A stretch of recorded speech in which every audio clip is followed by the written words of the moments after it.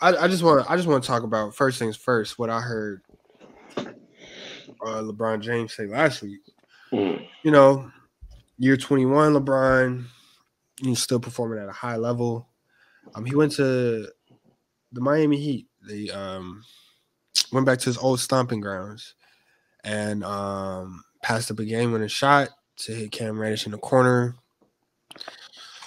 I don't know why he giving up that shot to somebody who's, one jump shot away from being out the league. But hey, he's a top 3 basketball player. So, well, who am I to question him? But what he did say after the game was so vicious.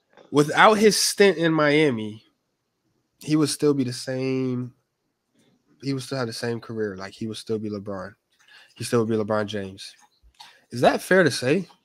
Yes and no. Like, it's a huge cap because he learned something. He said his career would still. Yeah, my bad. He said his career would still be his career without Miami. I feel like he would still be LeBron James, but he wouldn't. Without Miami, he wouldn't be a top 3. He wouldn't be top 3, bro. Miami, he learned how to win a championship. He learned what it took. He learned when it's time to be a dog. To be a dog. Let's say, because the thing is, when you change the events of history, there's certain things you could change, or you would change, or you can't change, and stuff like that. Bro, if he doesn't go to Miami, he might not even be the best ever that's still playing right now. Facts. We know who. Nah, they ain't no Mike. We know who. Bro, Steph Curry. Yeah, it's scaring me. Oh, how are they still the best team in the West right now? Yeah. Let's get into that later. Let's talk about Brown. All right. But essentially, he needed them 2 rings. He needed them 4 finals appearances. Yeah. And there to me, there was no other team that was going to take him with that amount of pay, with that amount of role, with the amount of talent that was acquired. Bro, he was not getting no Dwayne Wade and Chris Bosh any other place. Then Ray Allen later the next year. He wasn't like it was like that. That was purposeful, bro. And I don't know. Like, I never understood the behind the scenes issues with Miami. I was ignorant to the point, but I really think that's just pride, honestly. Yeah, because I'm gonna be honest with you, man. Before he left Cleveland, I liked that LeBron, bro.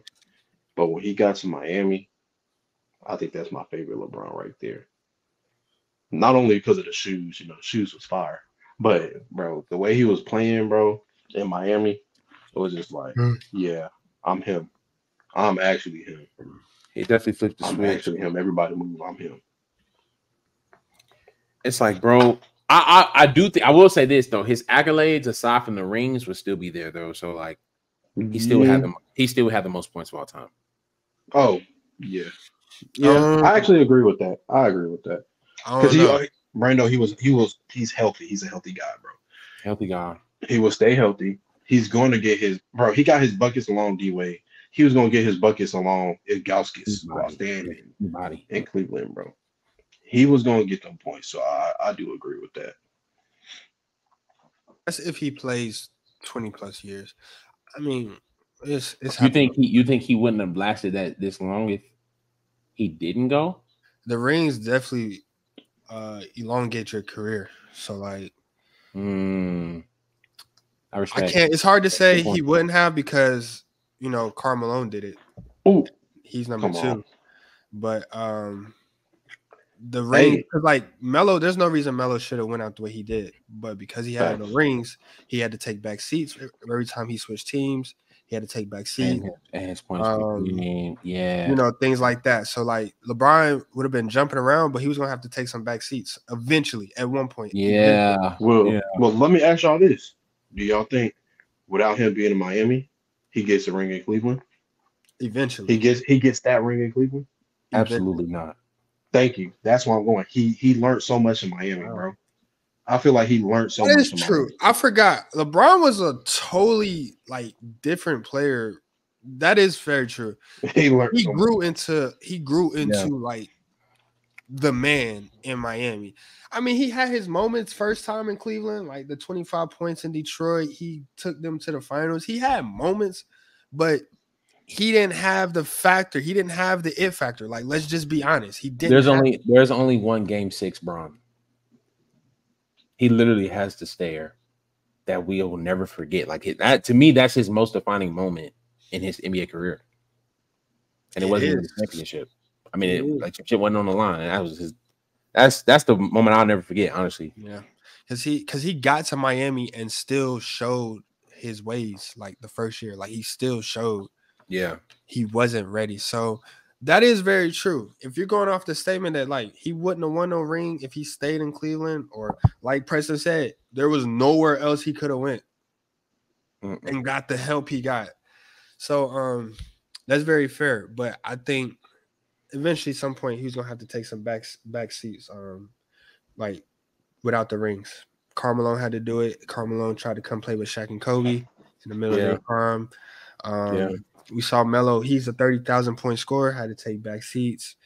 It's just the nature of how things would have went. So he probably would have ended up playing with Melo earlier. Probably. You know, LeBron likes to play with his friends. LeBron gets his way. Yeah. You caught yourself, Eric. Yeah. I was going outside. That was crazy. Yeah. Good catch. That was crazy. But that's very fair. So let's also, while we are here, let's talk about the best NBA players under 25 right now. There is we had a glaring matchup this past weekend. As far as Jason Tatum and Anthony Edwards. But who is the best player under 25? And then we'll take it from there.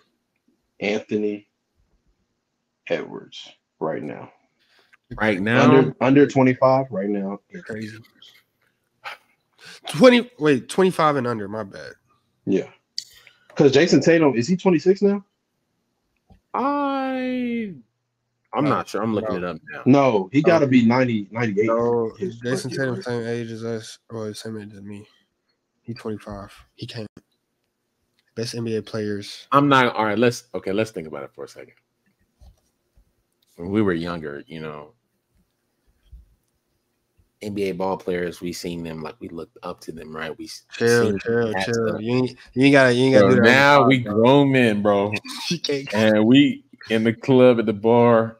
Yo, Jason Tatum was good, bro. Oh, me and my girl here. Oh, mistake. She's gone. But anyway.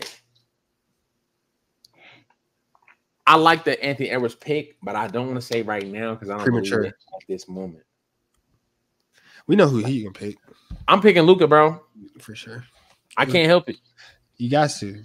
32-10. I ain't gonna lie. I didn't think he was under 25, so that's what Luka under. He's 25 on the dot, right? No, Luka's 24, bro. He can barely drink. No, I'm joking. For real? Bro, Luka is not. Yeah, he's young. He's young. Luka came out the year after Tatum. Yeah, and I feel like year as Trae Young. Yeah, and I feel like he's in a position where he has an owner, he has a team, he has a program, he has a coach that is trying to put positions around him to be the best player he can be, to put his team ahead to eventually or one day possibly have a shot for a title. Anthony Edwards, bro, you've got to get out of Minnesota. Kevin Garnett had to get out of there. Kevin Love had to get out of there. Let's go ahead and make that immediate. Let's petition to get you down to Atlanta or Dallas, somewhere that I want to go to the game to watch you live. Let's figure it out, man. Let's get you out of there because you're not on TV, bro. And you barely play the teams I want to go see play. So let's not miss this Michael Jordan-esque career. That's a huge statement. But yeah, Luka's definitely. I like what Dallas did this offseason, and it's showing. It's looking good. The reason why the Dallas Mavericks fell out of the playoffs last year was because when they traded DFS, they lost that wing defensive presence. And what they addressed in the draft, they went and got wing defenders. Free agency, they got wing defenders. They got Grant Williams, who's versatile, can go wing and post defender. And then Luka and Kyrie got that time in the offseason together as well. Kyrie's once again averages 7 assists per game. You know, he's sitting back chilling right now. He's letting Luka run the show. So I like what Dallas did this offseason. It's showing dividends, it's paying off. And I like where Jason Kidd is taking that team this year. But they are still not the best team in the West right now. No. Yeah. Who would you argue? With the best team in the West?